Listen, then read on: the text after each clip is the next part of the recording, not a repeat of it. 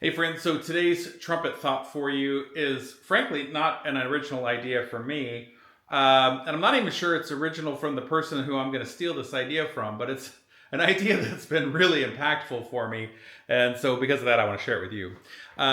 If you watch the channel, if you watch the videos regularly, you will have noticed over the last couple of months, I keep referring to this session, this clinic that Brad Goode did over at ACB. And I will once again link to it in the description here. And it was really good, and I really enjoyed Brad's thinking on playing the instrument. He's got a lot of inspiration from Reinhardt and other people as well. So I think we've been, in some respects, kind of a similar journey. And so I've over the years, I've really enjoyed hearing his thoughts on playing. And a matter of fact, I remember like a lifetime ago, like decades ago, I used to have a trumpet blog. I mean, this would have been like in the early, oh my God, I think this would have been the late 90s. And I remember Brad like read something that I wrote on there and commented, in agreement with something I'd written. I think it was about handling performance anxiety. And I remember at the time just thinking, well, that's really cool, because I'd heard of Brad, knew who he was, and was just excited that, he read the blog and commented. Anyway, so once again, I'm going to share content that he's made, but maybe I'll put my spin on it, or maybe you haven't seen it, and so hearing me talk about it will be useful to you.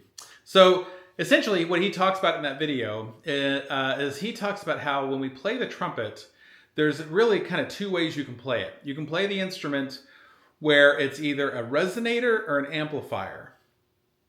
And if you think about that for a moment, if we play it like an amplifier, that's essentially the idea, is that it's going to take the buzzing from your lips and it's going to then amplify that through the tubing and the bell of the instrument. And that's the sound that you hear. And that style of playing requires a lot of musculature to build up the strength required to kind of do that. And it's a very finicky, you've got to be just kind of right, because if you overdo it, you end up pinching everything closed and having all kinds of problems, and it's like a very touchy way to play, but one can play that way. And honestly, I think it's the more instinctual way to play the trumpet. But the other way to play is to play the instrument more as a resonator. And the idea of it being a resonator is that in order for the instrument to resonate, it has to be, the standing air column in the instrument has to be paired with the embouchure and the air coming through your body. And those two things in conjunction make it resonate and not amplify. Now, let me show you an example that you have likely seen done before in videos. And it's a very good example, but I think sometimes the reason behind why this works, or why this is important to you, maybe hasn't been as communicated as well as it could. We're often told, as we learn to play or whatever, we'll get our mouthpiece. We're often told buzz into the mouthpiece and put that into the instrument. And one doesn't have to be Pablo Casals or Bud Herseth to hear that if we buzz into the mouthpiece and put that exact effort into the instrument, that it's not a great sound.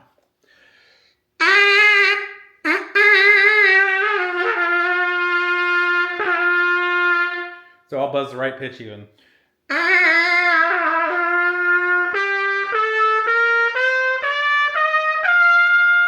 So that sounds real pinched and nasally, and it's a very muscular and forced sound. Now, because I've been playing for a long time, and it's a sound that we hear out of a lot of beginning and middle school trumpet players, sometimes even high school trumpet players. Sometimes even older adults will sound that way, unfortunately. But most of us, over time, our ear develops to a point where we recognize that the lips are too close together, and we can just open them up a little bit and have the sound improve somewhat.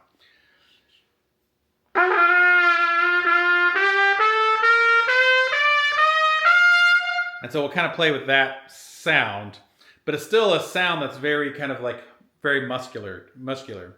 But what's interesting, if we play the instrument more like a resonator, we'll actually blow through the mouthpiece and it won't make a sound at all. This is all far more relaxed. It's not relaxed.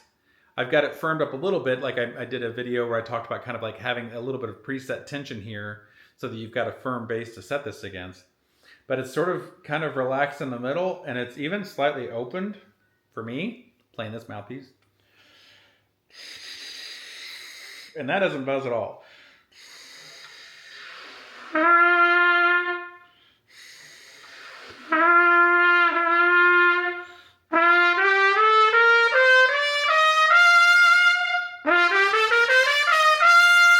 So that then like really just comes out. The air wants to come out. I feel like the instrument's like pulling the air from me. Whereas the other way, I feel like I'm like having to like squeeze and force the air through. And you can hear even sometimes when you do that thing, sometimes it takes a second for the air column to be activated from the air I'm blowing. But no, I'm not making any changes here whatsoever to get that note to finally start. I'm just letting the air escape, and it's eventually exciting the air column inside there, and that's what's kind of firing up the whole system.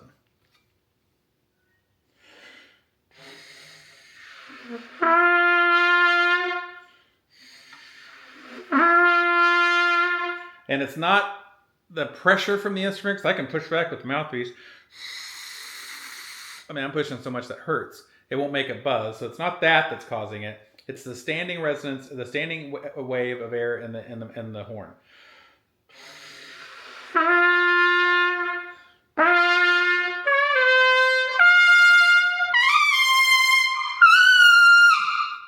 And by playing it that way where the instrument resonates, it is so much easier, so much more efficient to play.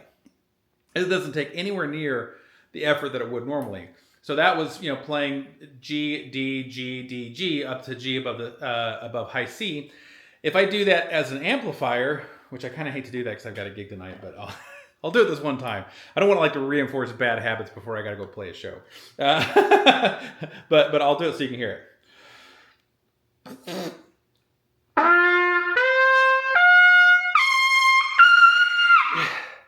Like you can hear the sound, and that G is like real pinched. These are sounds you hear all the time. Like so many times if I hear a high school kid playing on TikTok or YouTube or whatever, when they play in the upper register and they're like, "Oh, I've got a high G," that's what it sounds like.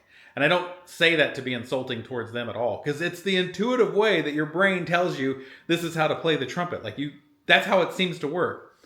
And you can play the trumpet that way. If there was any fairness in the world, that wouldn't work at all. But the reality is it works a little, and it makes us keep doing it because it's the intuitive way. But you will never get the sound you're looking for doing that. You'll never get the volume you're looking for. You'll never get the ease you're looking for by doing that.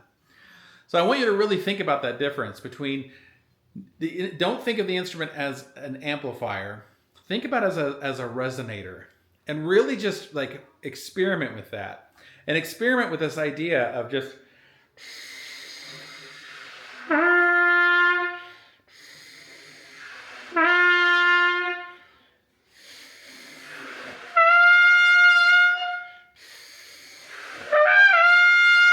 I want you to just experiment with being able to do that until it just becomes easy and effortless, where it just feels like just sliding this thing on there just makes the note come out and you're not doing anything.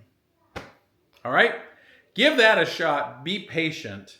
Once you get that feeling, keep reestablishing it every day, every time you pick up the horn, until it becomes habit.